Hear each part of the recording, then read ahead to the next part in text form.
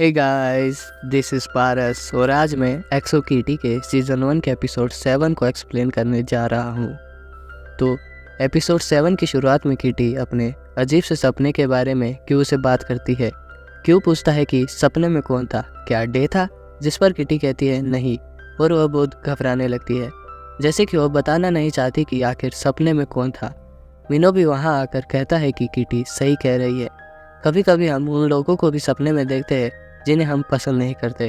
फिर बातों ही बातों में यह बात सामने आ जाती है कि मीनो ने अपने सेक्स ड्रीम में किटी को देखा था।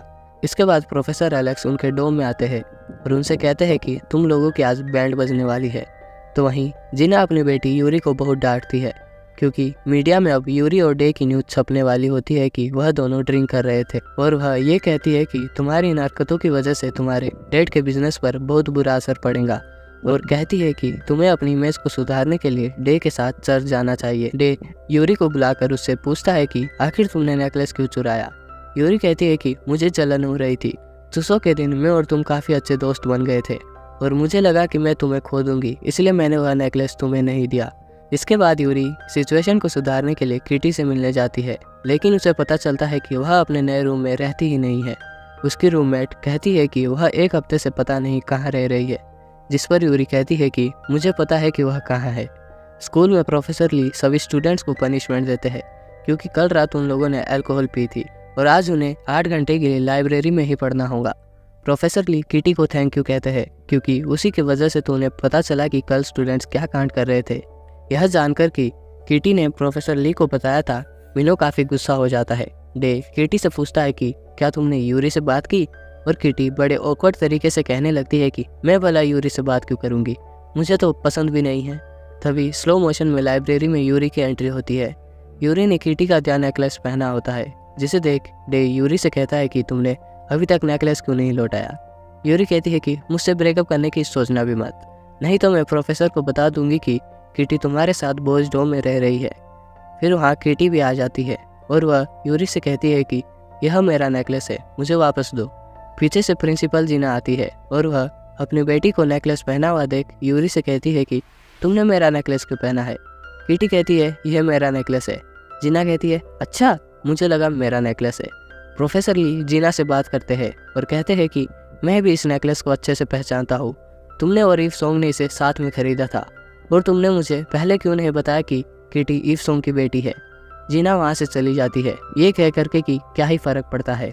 किटी और यूरी उन दोनों को नोटिस कर लेते हैं। थोड़ी देर के बाद प्रोफेसर ली वहाँ से चले जाते हैं और मेडिसन मिलर को कहते हैं कि स्टूडेंट्स पर ध्यान रखना।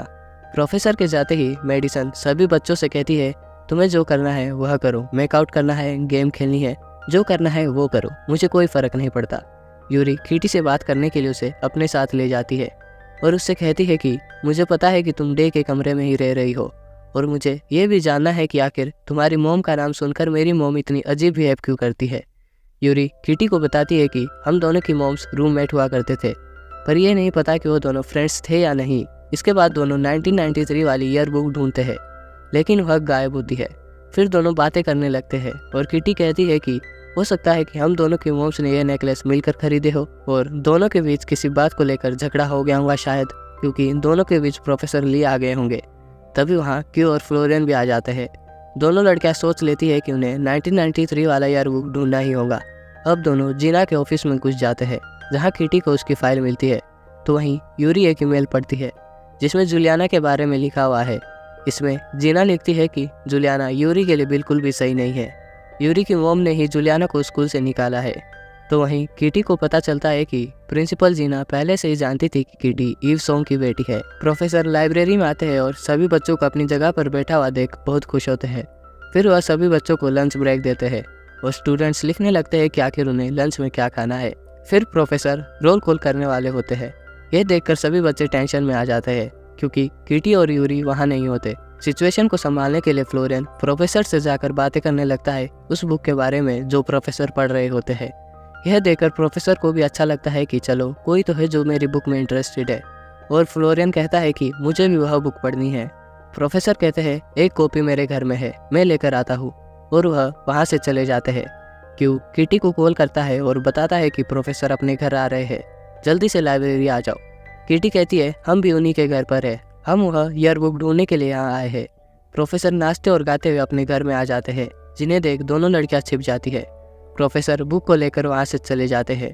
प्रोफेसर को गुनगुनाते हुए सुनकर किटी कहती है कि ये मेरी मॉम का फेवरेट सॉन्ग था। यूरी कहती है कि मेरी मॉम का भी ये फेवरेट सॉन्ग है। तभी उन्हें 1993 की ईयरबुक मिल जाती है और एक फ़ोटो भी होती है जिसमें दोनों की मॉम्स होती है। दोनों के पास वह नेकलेस भी था। इसके बाद यूरी किटी को उसका नेकलेस पहना देती है और दोनों वहाँ से भाग जाते हैं। लाइब्रेरी पहुंचकर मेडिसन प्रोफेसर का ध्यान भटकाने के लिए उन्हें अपने पास बुलाती है और पीछे से किटी और यूरी अपनी अपनी सीट पर बैठ जाती है। थोड़ी देर के बाद यूरी क्यू से उसकी स्मार्ट वॉच मांगती है कॉल करने के लिए और किटी को यूरी को निहारते हुए देख क्यू समझ जाता है कि किटी ने अपने सेक्स ड्रीम में यूरी को देखा था। अब आखिरकार 8 घंटे खत्म होते हैं और डिटेंशन खत्म होता है। इसके बाद किटी प्रोफेसर एलेक्स को ईयरबुक में अपनी मॉम और प्रिंसिपल जीना की फ़ोटो दिखाती है और कहती है कि इस फोटो में मेरी मॉम तो प्रेग्नेंट नहीं है, लेकिन प्रिंसिपल जीना मोटी दिख रही है। शायद आपकी मॉम प्रिंसिपल जीना है। जब स्टूडेंट्स बाहर आते हैं तो बाहर पेपराजी होते हैं, जिन्हें यूरी ने कॉल करके बुलाया था, और पेपराजी के सामने यूरी डे से ब्रेकअप कर लेती है, यह कह करके कि मुझे पता है कि तुम अभी भी किटी से प्यार करते हो, और उसके कानों में कहती है कि अब तुम आज़ाद हो। इसके बाद डे किटी के पास जाता है और दोनों एक दूसरे को किस करते हैं, और इसी के साथ यह एपिसोड यहीं खत्म होता है। अगर आपको एक्सप्लेनेशन पसंद आई हो तो इस वीडियो को लाइक और चैनल को सब्सक्राइब करना मत भूलें। तो मिलते हैं आपसे नेक्स्ट वीडियो में, तब तक के लिए बाय बाय, टेक केयर।